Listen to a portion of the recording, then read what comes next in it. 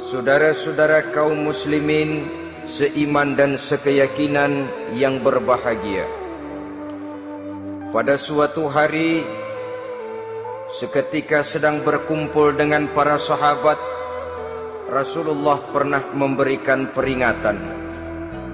Beliau bersabda, "Yushiku an tada'a alaikumul umamu kama tada'al akalatu ala qas'atiha."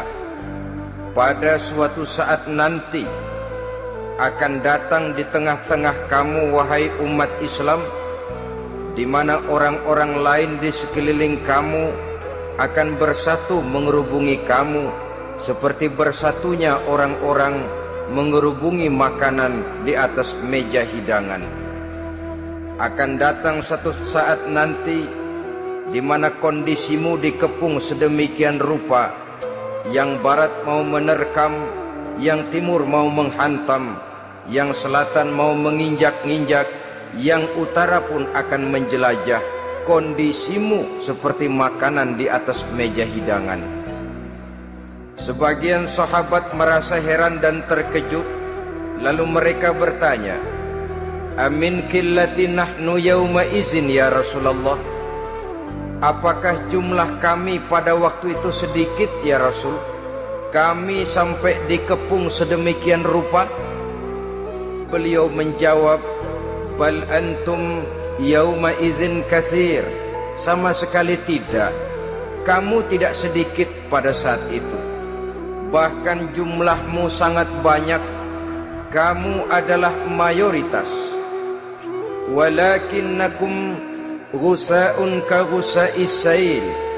Tetapi keadaanmu saat itu persis seperti buih di lautan.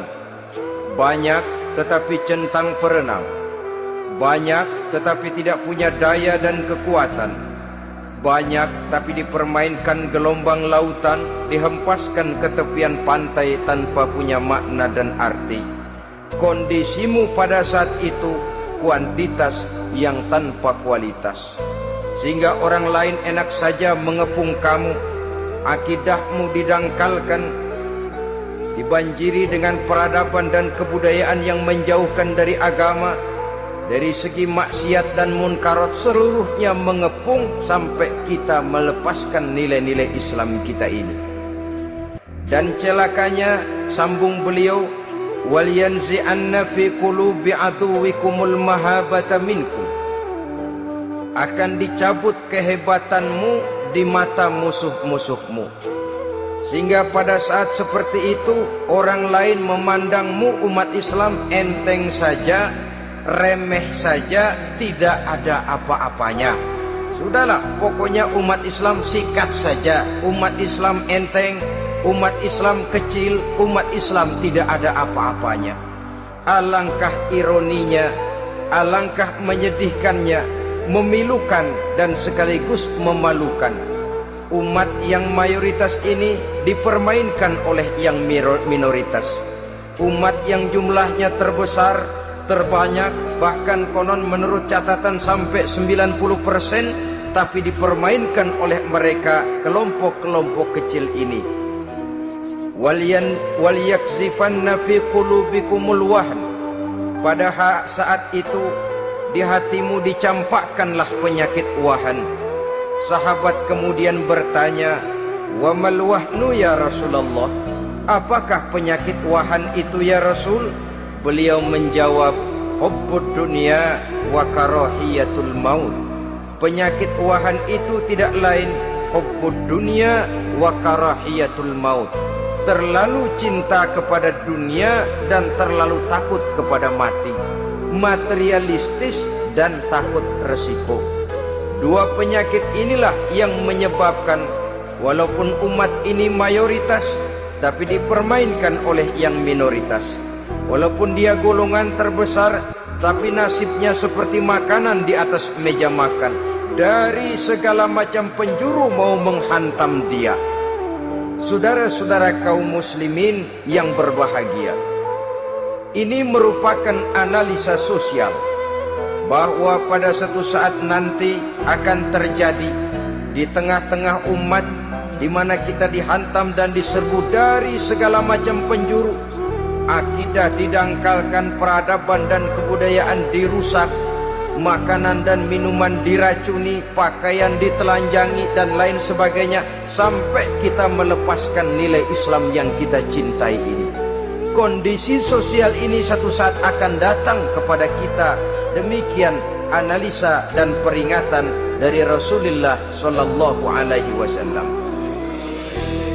Marilah sekarang kita melihat, adalah benar bahwa di zaman sekarang kita insya Allah tidak akan mengalami perang Badar sehebat yang pernah dialami oleh Rasul dan para sahabatnya. Tetapi sesungguhnya perang yang kita hadapi di zaman sekarang ini tidak kalah hebatnya dengan perang Badar, tidak kurang dahsyatnya dengan perang Uhud, tidak kurang ngerinya dari perang Khandaq. Hanya saja yang kita hadapi sekarang ini bukan ujung pedang, bukan ujung tombak, bukan ujung panah. Yang kita hadapi sekarang ini adalah perang akidah, perang ideologi, perang mempertahankan keyakinan. Yang kalau kita kalah sekarang, kita memang masih beragama, tetapi anak kita, cucu kita, generasi yang akan hidup 5, 10, 20, 30 tahun yang akan datang, wallahu a'lam bissawab. Islam, saudara-saudaraku, tidak mungkin hilang dari dunia. Tetapi tidak mustahil Islam gulung tikar dari desa kita. Tidak mustahil Islam gulung tikar dari kampung dan kota kita, jikalau kita tidak menjaganya, jikalau kita tidak memeliharanya, bahkan jikalau kita tidak mewariskannya kepada anak-anak kita, generasi yang akan datang. Marilah kita mengingat sejenak bagaimana Islam di Spanyol yang pernah jaya, pernah mewarnai daratan Eropa, dan yang sekarang hanya sekedar tinggal ceritanya saja. Ini pernah diperingatkan oleh Rasul dalam satu hadis, sayati ala ummati zamanun la yabqal Islam illa ismun wala minal Quran illa rasmun. Akan datang satu masa di tengah umatku di mana pada masa itu Islam ada tapi hanya tinggal sekedar namanya saja, dan Quran pun ada tapi cuma sekedar tinggal tulisannya saja. Apabila kita tidak mewariskan ini kepada generasi yang akan datang, maka serbuan-serbuan dari berbagai macam penjuru dari hari ke hari semakin kita rasakan kehebatannya. Tidak mustahil sejarah Spanyol akan terjadi di desa kita, akan terjadi di kampung kita, akan terjadi di kota kita. Orang Spanyol, kalau mereka cerita kepada anaknya, mereka akan cerita, nak, di sini dulu ada masjid. Kapan Pak? Dulu bener dah. Banyak orang Islam kalau hari Jumat pada sembahyang, kapan itu Pak? Dulu sekali. Sekarang cuma sekedar tinggal ceritanya saja. Bukankah sesuatu yang sangat tidak mustahil apabila kita tidak menjaga dan mewariskan Islam ini kepada generasi yang akan datang? Maka serbuan-serbuan akan membawakan hasil yang diinginkan oleh para penyerbu itu tadi.